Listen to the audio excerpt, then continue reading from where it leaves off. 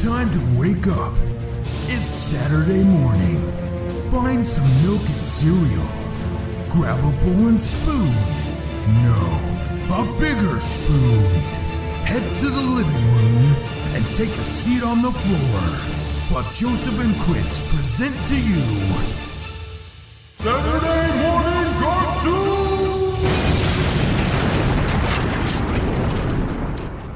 Hello everybody, welcome to Saturday Morning Cartoon Boom! This is your regular Saturday morning sun, plopped on the floor, big one, cereal, and we'll try your favorite cartoons, both old and new. I'm Joseph. And I'm Chris. And this morning, we watched The Adventures of Panda Warrior. Yeah, it's the kind of adventure you never want to find yourself on. No, and I wouldn't recommend you find yourself on this adventure either. Yeah, so thanks, but no thanks, Christopher Gravitt, for sending this to us. I feel like this is a sick joke, Christopher Gravitt. Well, yeah. I mean, I'm almost 100% positive, which would be maybe 99.99999999999. Well, you get it. Yeah, that's almost 100%. Positive that he told us that he was going to do this one because it was terrible. Oh. So, okay. Yeah. Well, so thanks for making us suffer along with you. You know what? In his defense, we've done so many good ones in a row. I think it was about time we were brought down. It was about time, and brought down we were. Oh my gosh, yeah. We were brought all the way down. Yeah, so far. So the movie, The Adventures of Panda Warrior, which is actually just one adventure, so I don't know why it's adventures plural, but whatever. It's kind of weird that, they made it plural, but it's just one. They're getting a little overzealous. Well, way overzealous. So this is based off of, not based off of, sorry. This is the movie, The Adventures of Jin Bao in China that came out in 2012, and it was re-released in the US with obviously new voice actors attached to it. Because I think it was in Mandarin in China. I don't know. And then in the US, it came out in 2016. Okay, imagine this. This movie came out 2 years ago in the US. Does this look like it came out 2 years ago? Or does it look like it came out in the early 90s, maybe? This thing, I've seen better graphics in VeggieTales than... yeah, like even Reboot, like this was on par with Reboot. No, that's what I was gonna say. Reboot came out in 1994, and this animation is maybe on par with it. Reboot is smoother. This animation got choppy in places. Oh, there's so many problems with it, and all the characters were just doofy looking. Yeah, like there's just something not right about almost every single character. Just something weird going on. So this was directed by Leo Lo, produced by, at least in the US, produced by Lionsgate. For whatever reason, it ran for an hour and 18 minutes. And I'll tell you, that's about an hour and 17 minutes too long. I was checking in at less than 10 minutes. Yes. I was hovering over the bar to see how much longer. And I was like, I still got like an hour and 10 minutes to go. I know. It's like, how? Oh, I was so did they upset. do this? For a short synopsis, written by Heylo, Heylo. Weird. A peace-loving soldier from ancient China is magically transported into a world ruled by an evil nine-headed snake. Transformed into a panda, he joins forces with a flying pig to free the once peaceful Merryland from tyranny. But first, he must train to be the kingdom's most courageous panda warrior. I mean, like, that's kind of like, I feel like that was the version they were wanting this to be. Yeah, right? You know? Doesn't it feels like the plot got too lofty for what they actually were able to accomplish or do? Yeah. Because it's like, I get it. I get what they were kind of going for, but they executed it completely wrong. Yeah. And no, I haven't seen Kung Fu Panda, but is this a ripoff? It seems like a ripoff. Okay. For comparison's sake, Kung Fu Panda came out in 2008, I believe. And so this came out 4 years later. So I don't know. And maybe it came out around the time of a different Kung Fu Panda, because I know it's had like 2 or 3 sequels now. But so I'm sure it was being used as a cash grab based off of. Oh, okay. So this was like the Redbox version of Kung Fu Panda. Because, you go to like Redbox and like, when like Abraham Lincoln Vampire Slayer came out, Redbox had like Abraham Lincoln like zombie killer. Yeah, and stuff like that. Like everyone's just hoping that they would trick people into renting their movie or buying it instead. I guarantee you that's why, because it's almost like a great value version. If you're familiar with Walmart's brand, it's like this is one of those movies that really disappointed children get from their grandmothers for Christmas because she doesn't understand the difference. Yeah. They both have pandas on them. Yeah. You wanted the ninja panda, right? Yeah, I got you. The panda on it. Oh man, yeah. This is a bad grandma gift, is what it is. Yeah, but at least she, she kept the gift receipt in the box. So yeah, I mean, you can't blame her for trying. Can't blame her for trying. It's probably taped to the back with Scotch tape. Taped right to the DVD. That's their way of saying, like, they don't have any confidence and they're like guilting you into keeping it, but just in case. So who are some of the actors who played in this movie? Some of the American actors. Okay, so the American actors, I did not bother with the Chinese voice actors for this, and I'm sorry to all of our Chinese listeners. But I just couldn't do it, man. I couldn't spend more time in this than is necessary. So, voices of Patrick Panda and Jimmy Ginseng. Yes, there is an anthropomorphic ginseng in this. Who sings? Was well, it's supposed to be Rob Schneider, but like Rob Schneider is so insignificant to me that I literally wrote Ron Schneider. Ron Schneider. But it is Rob Schneider, famous for, being in all those movies that no one watched because they thought it was an Adam Sandler movie, but he wasn't actually in it. It's like Deuce Bigalow, everyone's favorite. Absolute favorite. Okay, good. Voice of Peggy Skyflyer was Lauren Elizabeth. The voice of Bernie Hothead, Manny Mantis, and Spinny was Tom Kenny. I don't know why. He's got so much money. Why did he even do this? Crusher the Ox was voiced by Jameson Price. Shadow Feet voiced by Michael Sorich. Billy Beekman was voiced by Spike Spencer. Bruce Barkley voiced by Tom Fan. Bobby Bunny and Princess Angelica voiced by Wendy Lee. Go-Go Goat voiced by Haley Duff. King Leo voiced by Norm Macdonald, barely. And the Nine-Headed Snake voiced by Derek Stephen Price. And that's your cast. So look at that sparkly cast. Even if some of the cast do have like good VO, like good voices, like Tom Kenny, for example, freaking SpongeBob. Yeah. You wouldn't know it because this is like somebody like they did this as a favor. Yeah, exactly. They definitely phoned this one in. In some cases, like they may actually have phoned it in. Like it could be a recording directly off of a phone because like the audio quality is that bad. You can tell Norm Macdonald, this is the first time he saw the script and he's just reading it straight off the page, man. There's not any acting involved in this one. There's like no emotion he's to just it. Like, I mean, yeah, he's just like, hey, you gotta go train and then you're going to be the leader that rescues the princess from this guy. Hey, you got to believe in yourself to be the legendary panda. Like imagine how much Norm Macdonald normally emotes and then divide that by 10 and that's about how much emotion you're going to get from this character. Yeah, it's pretty good. It's a pretty good movie. Okay, so I just had one like big like gross marshmallow out of this and it's like a gross one. Well, okay. I mean it's not gross. It's just like that's the best comparison I can make. It's not a tasty marshmallow, I'll say that. So when this was originally released in 2012, it actually starred Jackie Chan.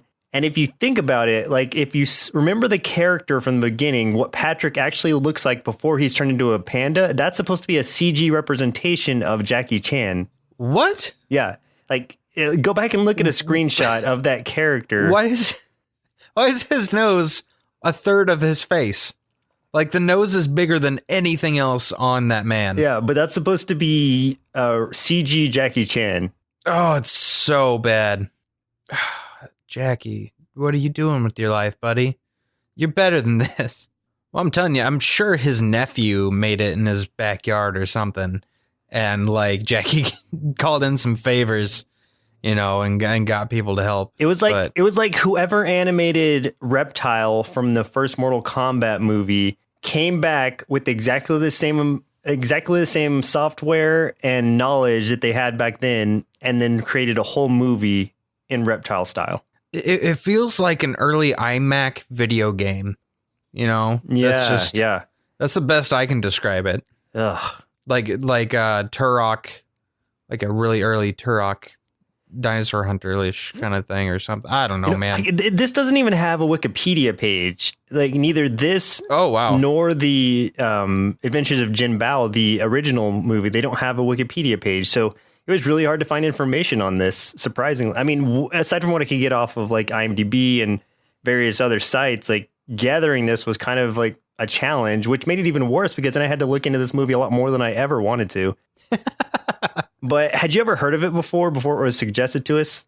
No, definitely not. And I guess Wikipedia hasn't either. Yeah, I don't think this is something the world's going to know about, and nor should they. I don't know why it came to the US. Like why it exists at all. Right. This is the movie that is like by default included in a children's Easter basket that's pre-saran wrapped. It's like by the store, by a Kmart. It's like if you got a Happy Meal with the CG movie inside of it, specifically made for the Happy Meal. For Happy Meals, right? Yeah.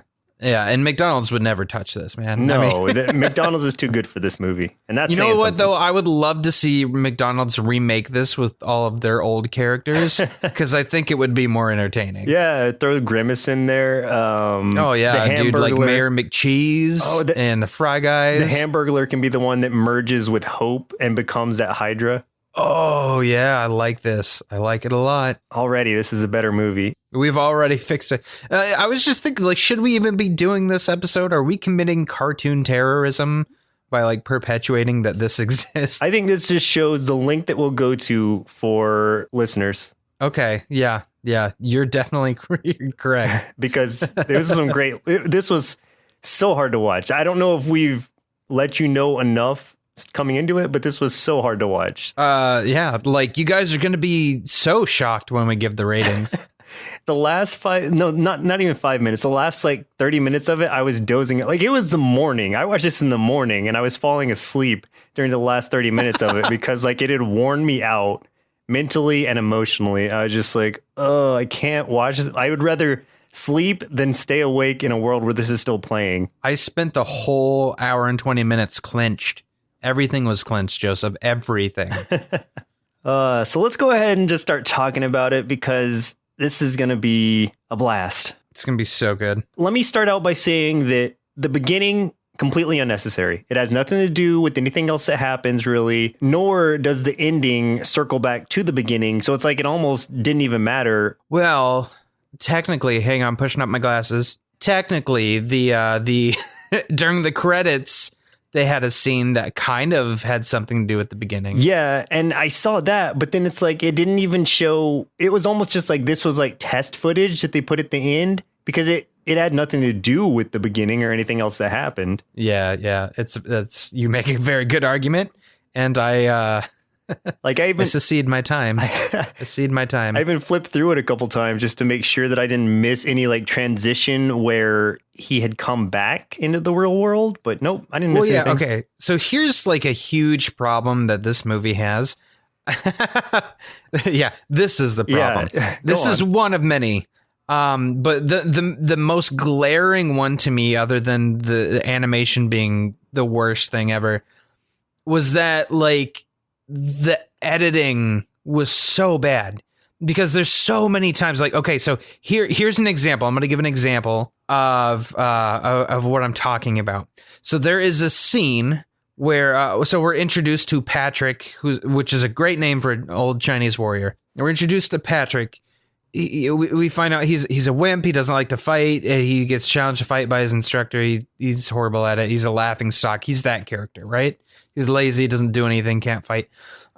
Giant nose. There's a scene where like it's at night. He's outside of the camp. He's relaxing, and then these like, was it bulls are charging at them, and then it immediately cuts from him relaxing to him being in the camp, like alerting and screaming and stuff like that. And like, we're under attack, to immediately another cut where he is way away from the camp, running through a forest from a singular bull.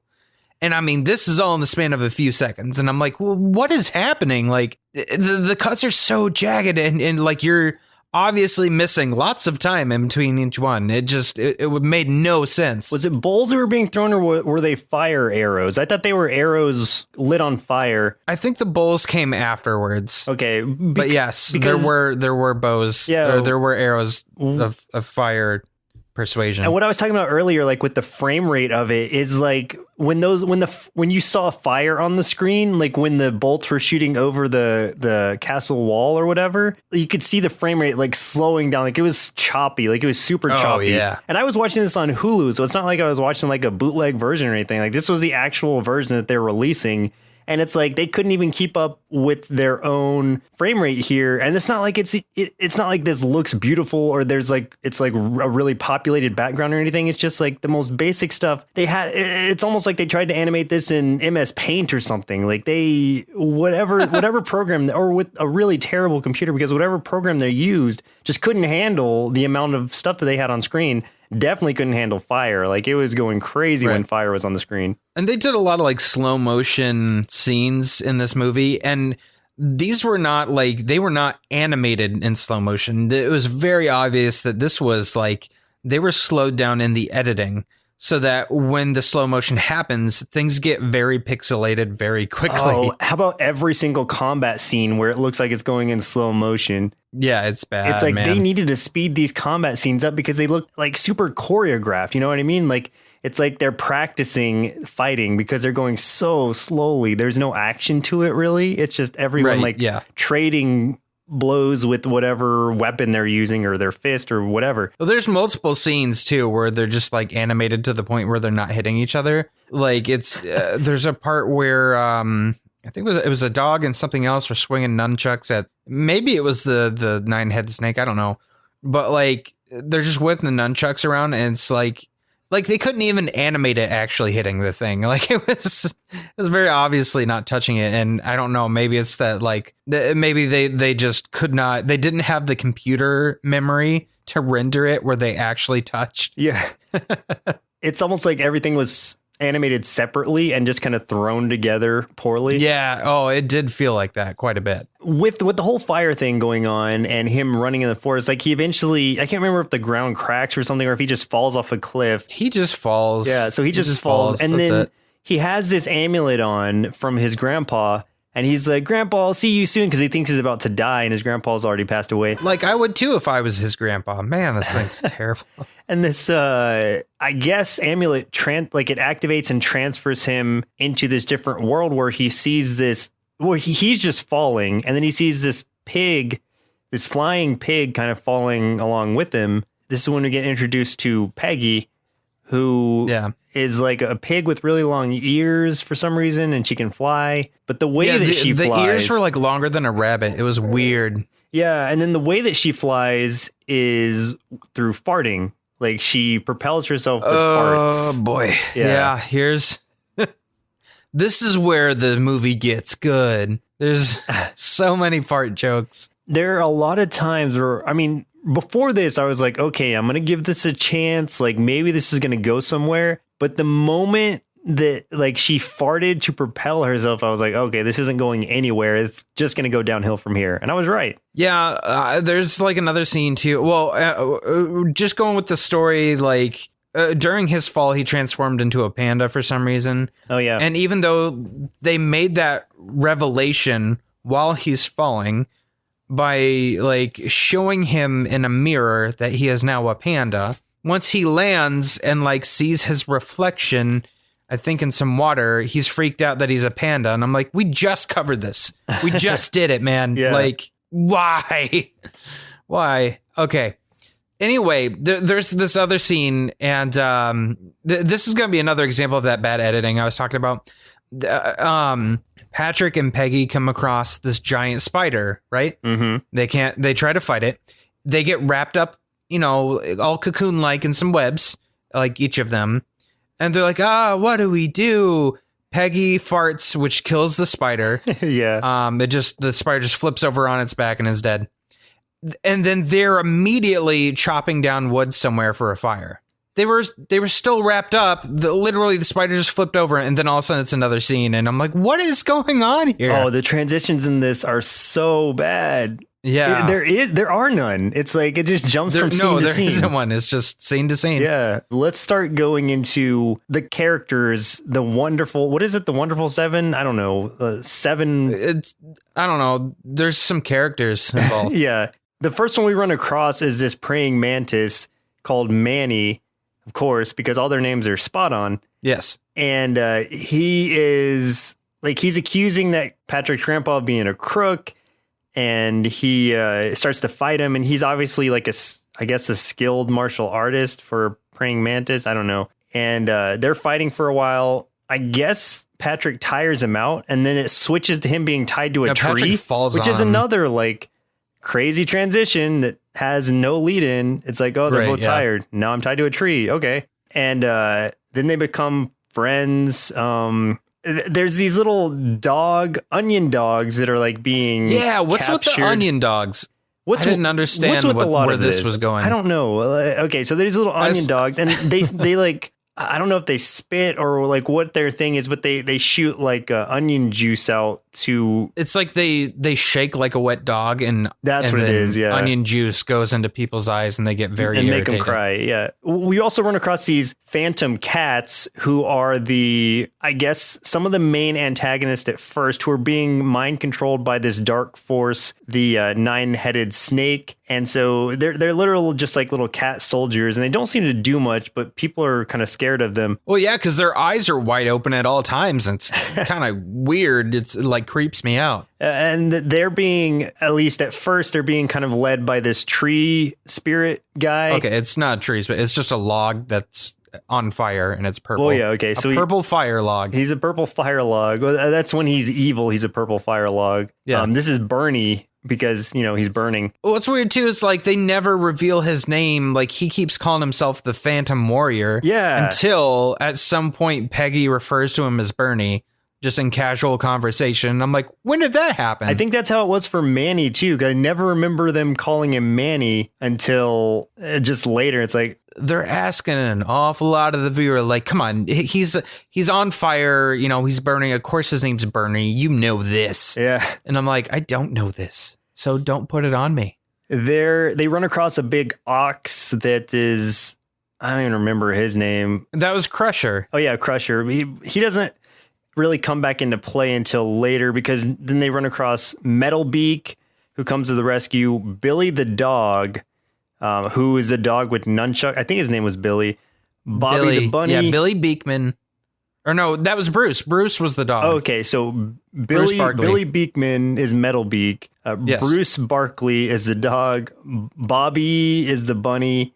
Shadow Feet is this hippo who keeps calling himself a river horse. Okay, yeah, hang on. There is like 5 minutes of this movie is devoted to Patrick and Shadow Feet going back and forth, whether he's a hippo or a water horse. I'm not kidding. Yeah.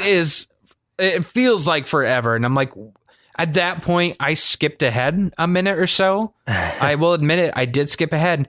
They were still talking about it, Joseph. They were still going. Oh, yeah. Oh, I know. I watched it. Go-Go Goat, who is a goat who's very like OCD about being clean. Spinny the monkey, who he's got those like crazy eye glasses on, but he's supposedly a genius monkey. And these make up the Wonder Seven is what they are. The Wonder Seven? Wonder Seven. That's cool, I guess. And basically all 7 of them are fighting up against Bruce the Ox, who I think calls himself a bull or somebody calls him a bull at some point. So I was confused. He looks kind of like a bull, but I guess he's an ox. I don't know. Yeah. Why ox makes more sense, I guess, for Chinese zodiac kind of stuff. But that's our zodiac. We're oxes. Yeah, I know, but I don't want to be connected to Bruce at all. Okay, that's Crusher. Joseph. God, to get it right. Crusher. Jeez, there's too many names. I mean, they're just like Skylanders. I mean, come on. They literally took a design from Skylanders for that for the wood character. So, I mean, was it weird? And this is going to sound weird to even say, but the hippo shadow feet, his nipples were like nostrils. Was that weird to you? Yeah. Did you notice that? It was weird. Okay. There's a lot about that design that didn't make a lot of sense to me. I couldn't figure out where his eyes were for the longest time. It took a while for me to figure out what was happening. And I couldn't tell, like, okay, this is no joke. Until they said, no, you're a hippo, I couldn't tell what he was supposed to be. I just thought it was, I don't know, an abomination of nature. He's a river horse. He's not a hippo. He's a river horse. That's not even a real thing. We glossed over a very key thing here, Joseph. Oh, and what's that? And that is Jimmy Ginseng. Oh, okay. I hate this character so much. Jimmy Ginseng is the hero of this movie. He literally is the one who saves the day every single time and then needs to rest. And I hate him. And the way he waves his little ginseng hair is just, ugh. Okay, so what Jimmy Ginseng's, the main reason he's there is to free people who are under control of the shadow dude, the 9-headed serpent, from evil mind control. And he does this by playing a little song, and then he's like, oh, I gotta rest now. But yeah, I think that's funny that he could solve the whole world's problems. He just hasn't done it. And then he gets really tired. Yeah, it just makes me sleepy. He can literally just solve everything, and he just doesn't do it until the end of the movie. Yeah. Also, so King Leo's in there. He's not one of the Wonder Seven, but he's like the leader of these animals, I guess, the animal kingdom in Merryland. Oh, yeah. When they got to that little, rebellion group, because we had just met all of those other animals, right? And then they get to this village and there's tons more. There's like this old turtle and then like all kinds of crap. And I was like, I can't do it. Yeah. He goes through this story, King Leo does, where also there's a Dragon Ball that comes into this, a Dragon Ball of light. Yeah. Dragon Ball is here. There's these two whales that they control balance in the universe, I guess, hope and faith. And one of the whales got corrupted by something. That was part I was unclear on. No. But hold on. First, though, it fell from the sky because it got overloaded with something. I can't remember what. Like, for some reason. It had too much hope. It had too much hope or some garbage. And then it like fell from the sky. And then like an evil rat came out. It's just a mouse. An evil mouse came out and like merged with it and became a 9-headed serpent. Like none of the, if all this sounds like I'm just making it up, it's because that's basically what the movie sounds like. It's like they made it up on the fly. I feel like I'm on lots of drugs. Yeah. I mean, just even listening to you talk about it, I'm like, man, what are we on? What's in our waters? I mean, this isn't water. Okay. What's being put into our bodies? None of this makes sense. Why? Why? That's just my question. Why for a lot of this? And there's no answer. There's no answer. I love the mouse. I love that this little mouse just corrupted a whale, turned it into this big 9-headed snake monster that like took over the world. What?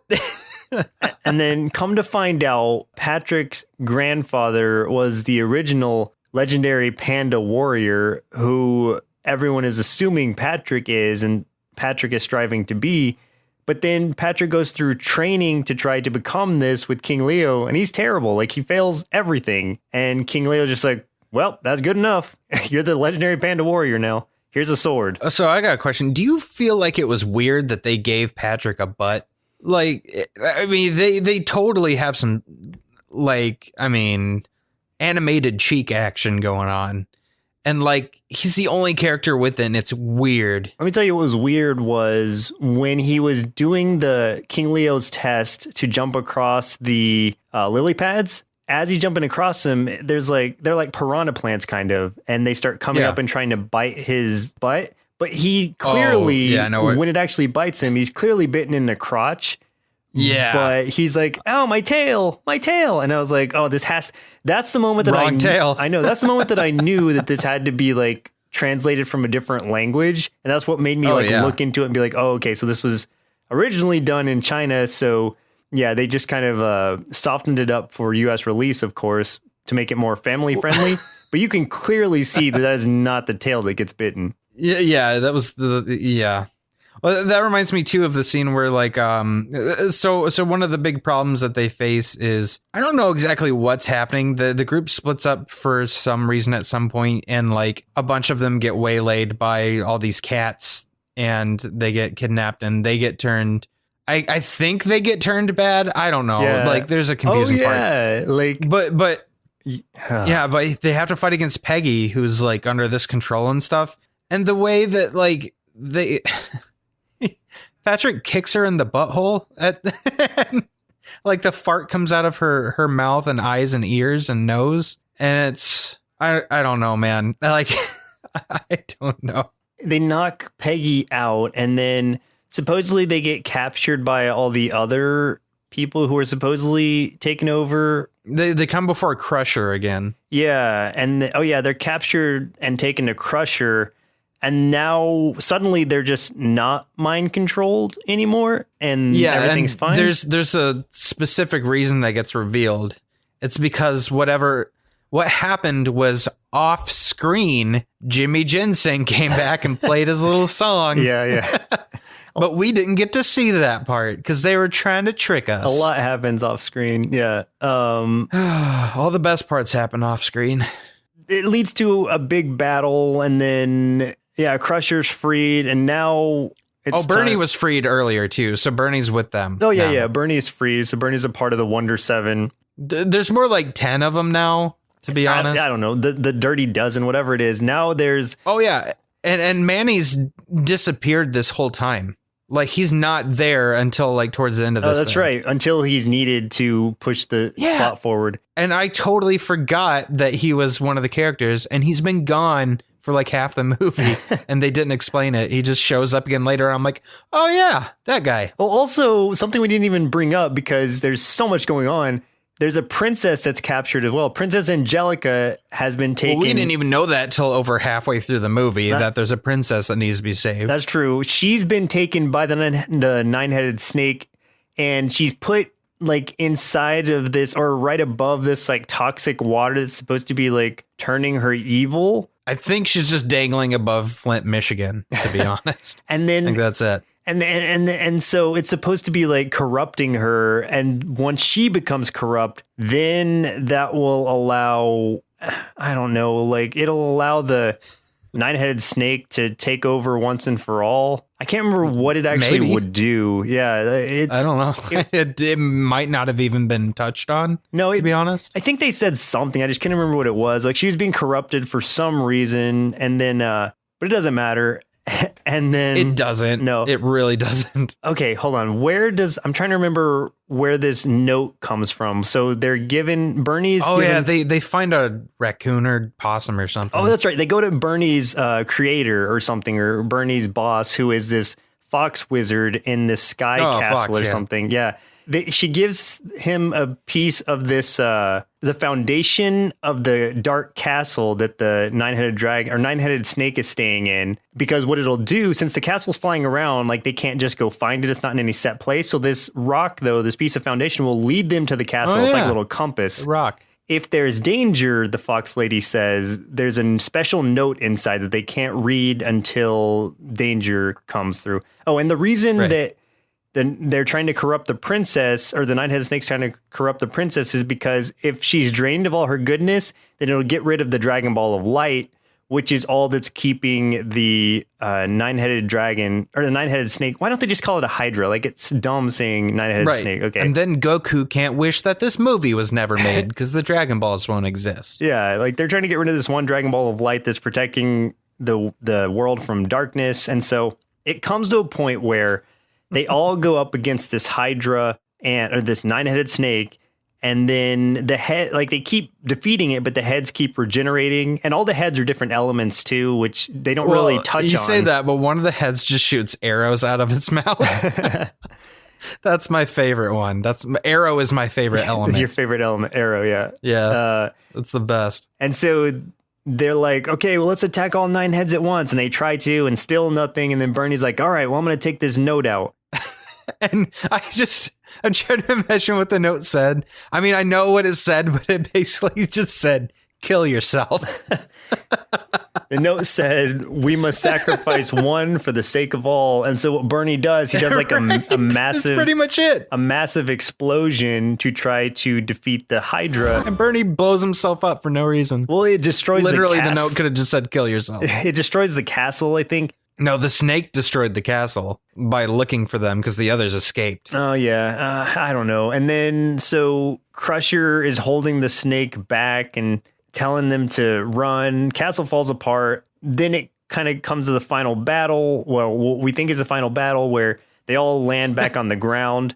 At this point, you would think like, okay, Patrick's supposed to be the main character. He's supposed to be the legendary Panda Warrior. Like he should be doing something really heroic right now. But the first thing he does when they land down is just run away. The team starts coming to help. They all get it looks like they all get eaten. And then Jimmy plays his song of peace because he's got this now on the Hydra. Okay, hang on. Yeah. There are so many things that happen in this scene. It's ridiculous. So we find out that the nine-headed snake is weakened by sunlight and the sun's rising. Oh, that's right. Like, okay. We find out. So Jimmy shows up, starts rocking out playing his song because his song is too peaceful and also weakens the snake. The onion dogs show up and shake themselves and make the snake cry. And then, it's just, this is the best. And then in this really weird fighting game kind of style thing. Oh, yeah. Patrick gives each of the other heroes a direction on which snake head to attack. Okay. Oh, wait. And he's just like, yeah. You forgot the part where the plants, because the plant life started growing around the area again too, and the plants all shoot. Grass started to grow, but they all start shooting Nerf darts at the snake too. I forgot about the Nerf darts. Yeah. How could I forget about that? Okay, so yeah, and then like I said, Patrick gives his notes to everybody on like, you attack this head, you attack this head, you attack this head. Okay, so instead of doing any of that, they just run around till the snake tangles itself up in a knot. And he throws his dragon pendant at its face, at the main face, and that defeats the snake. Yep. And like it falls over, and the mouse just crawls out of like the snake's ear, and he's just like, "Forget this, I'm out of here." Yeah, he just leaves. They don't even try to. This mouse is like the most evil thing in the world, and if this mouse can take over a whale and become this giant 9-headed snake that takes over the world, they just let the thing go. They're just like, whatever, we don't care. Yeah. And like, so the mouse can return another day. They don't even try to stop it. They didn't lay any mouse traps. They didn't try to step on them. Nothing. They didn't even bribe him with cheese into a cell or anything. Like, no, he just goes free. I hope he takes over Jimmy Ginseng.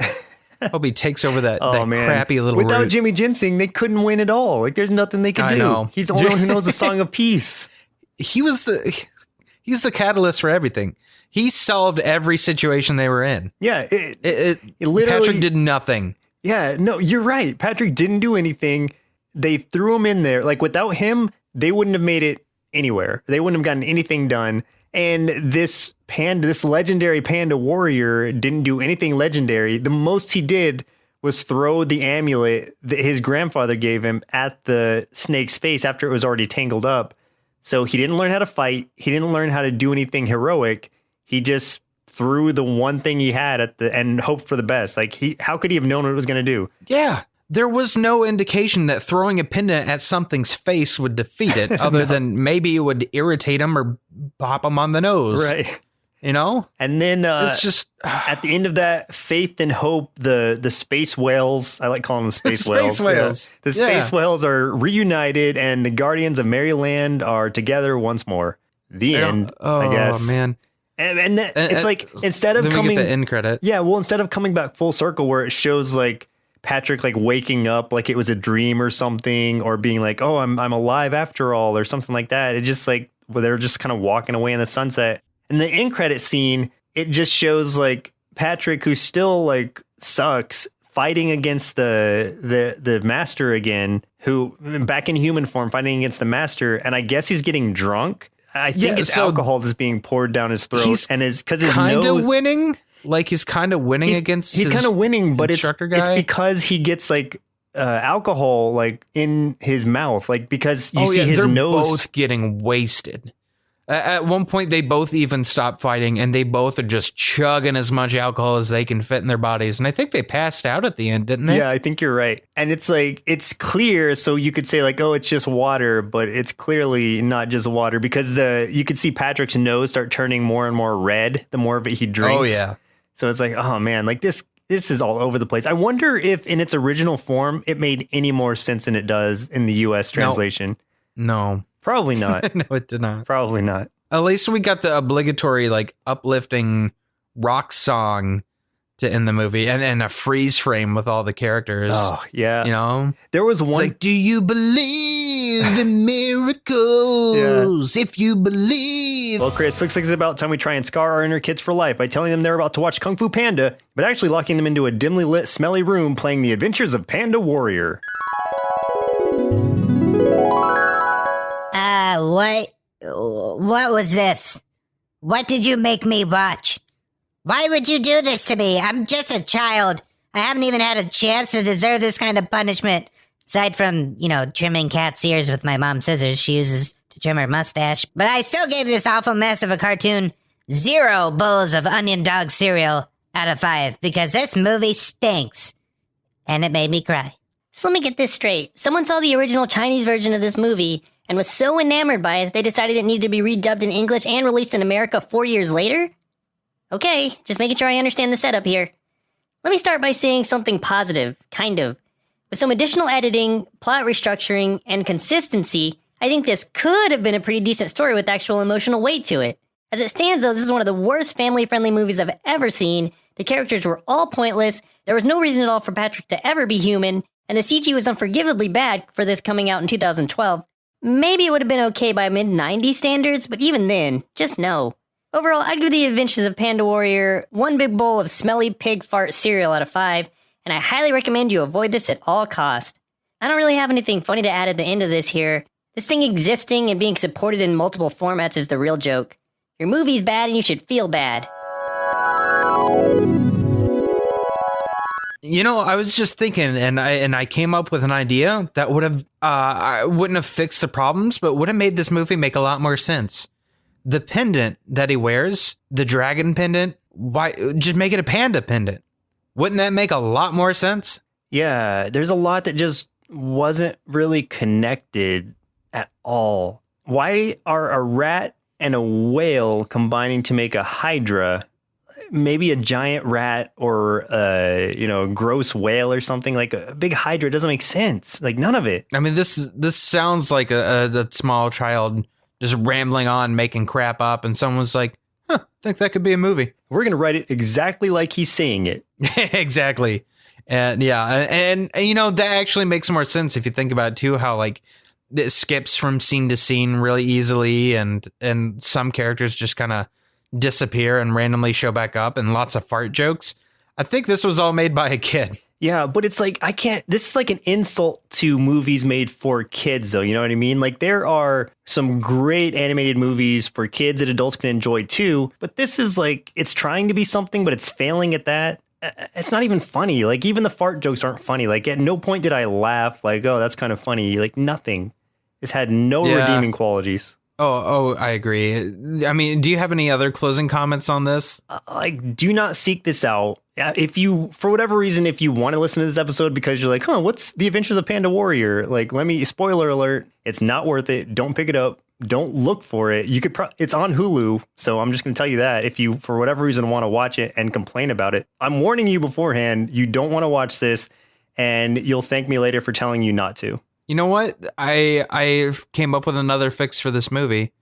You drop the title because this Panda Warrior, who wasn't even a warrior, had one adventure. This was The Adventures of Jimmy Ginseng, because he had multiple adventures. He showed up several times and saved the day every time. But I mean, either way, this was the worst.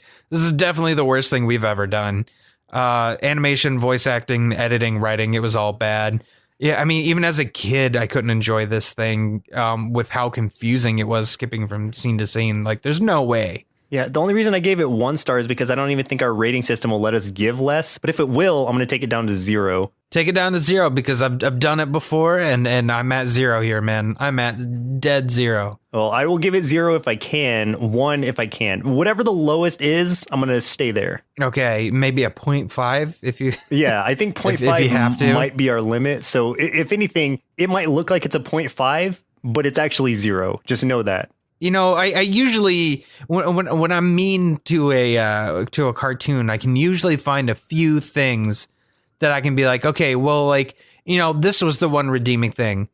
Like, I couldn't find a single thing about this movie that I enjoyed. Not one. Man, Christopher, I mean, thanks for breaking our streak of wonderful cartoons, I guess. Like, yeah, the last few weeks have been very enjoyable, and then you really brought us off our high horse. So thanks. Well, to try to lighten things up a little bit, we do have a new 5-star review on iTunes. Oh, nice. So this comes from Light Warrior 72, and it's titled Nostalgia Fun with an exclamation point. I like it. There's a lot of exclamation points in this. I like it. All right. He says, "Great show, guys. I came upon this just browsing for new podcasts, and I am so happy I did. Great mix of humor and facts. I especially enjoy the commentary from your younger selves, quote unquote. Keep it up." So thank you so much, Light Warrior 72. Oh, that's awesome. I really appreciate your feedback there and your loveliness. You just exude loveliness. You're a warrior of light and love. You know what? Since I'm giving 0 stars to this movie, I'm going to give all the stars that I could have given it to you. Light Warrior, you deserve 5 stars. Yeah, we're rating Light Warrior 72 5 stars. Definitely a 5-star review for him that he gave to us. Yeah. That makes sense, right? Perfect. Exclamation point. Well, listeners, it looks like our milk supply is now run dry, so it's time for us to say goodbye. And next week, we'll be watching Cyber 6, suggested via YouTube by DoggyVision37. All right, so thanks, Doggy Vision, for suggesting this to us. It's going to be more enjoyable than the Panda Warrior, I can guarantee you that. Yeah, you're already up 1, so Yeah. you're doing well. Thank you. All right, and once again, I'm Joseph. And I'm Chris. And we'll see you next Saturday. Presented by Nerdsloth. A place for lazy nerds.